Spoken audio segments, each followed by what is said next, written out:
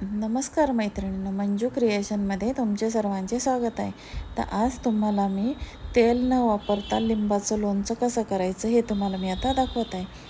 तर चला मैत्रिणींनो, आता मी हे माझ्याकडं लिंबाचं झाड आहे, त्याची तशी ताजे लिंब मी काढून आणलेले आहेत. आता हे लिंब आपल्याला बारीक बारीक एका लिंबाच्या 8 फोडीप्रमाणे असे बारीक बारीक मी कट करून घेतलेले आहेत आणि त्याला मीठ लावलेलं आहे. मीठ लावून हे मी 4-5 दिवसासाठी बाजूला ठेवली होती.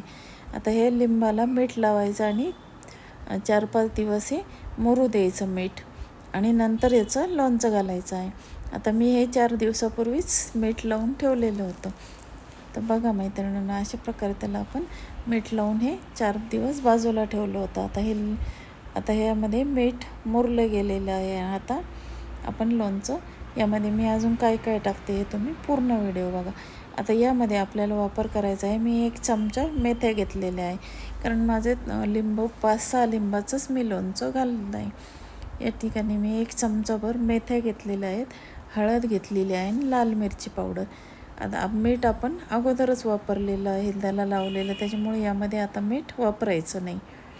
तर बघा, आता आपल्याला या मेथ्या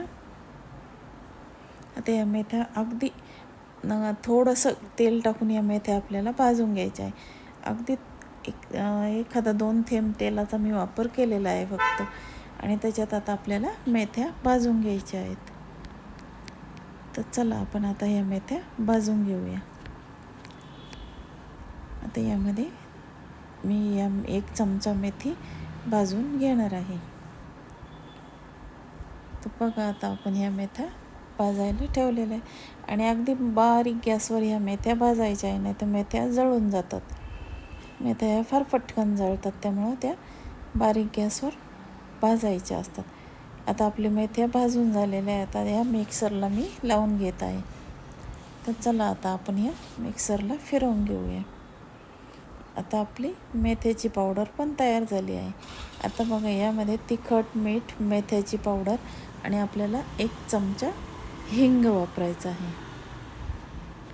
आता या ठिकाणी मी 1 चमचाभर हिंग वापरलेला आहे.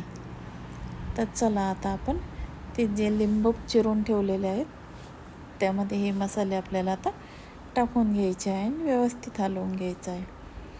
बघा, आता हे लिंबू मी घेतलेले आहेत चिरलेले, आणि यामध्ये सर्व मसाले टाकून घ्यायचे आणि व्यवस्थित असे सर्व मसाले त्या लिंबाला लावून घ्यायचे आहेत.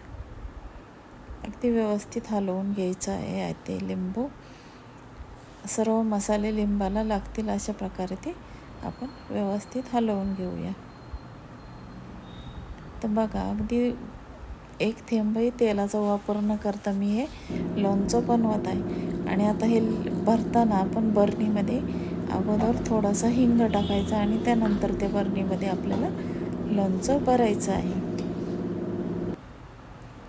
तर बघा मैत्रिणींना, आता हे बरणीमध्ये मी लोणचं भरून ठेवलेलं आहे आणि हे लगेचही आपल्याला आता खाता येईल, कारण लिंब हे आपले अगोदरच मुरलेले आहेत, त्याच्यामुळं आपल्याला आता हे लोणचं लगेच खाता येईल. तर तुम्हाला ही रेसिपी कशी वाटली, आवडली तर